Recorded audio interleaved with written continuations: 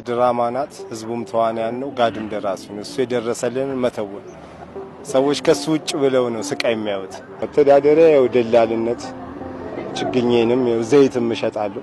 ጫማ ለምን ይጨርሳል የድልላ ስራ። እኔ እንደው በገሬ ስለሚሄድ ተገላገልኩ እንጂ እሪ በከንቱ ቤት አለ ብለ ደርሰህ ስትመጣ ተከራየ ትባላለህ። አንዴ ኬንያ ኤምባሲ ትሄዳለህ።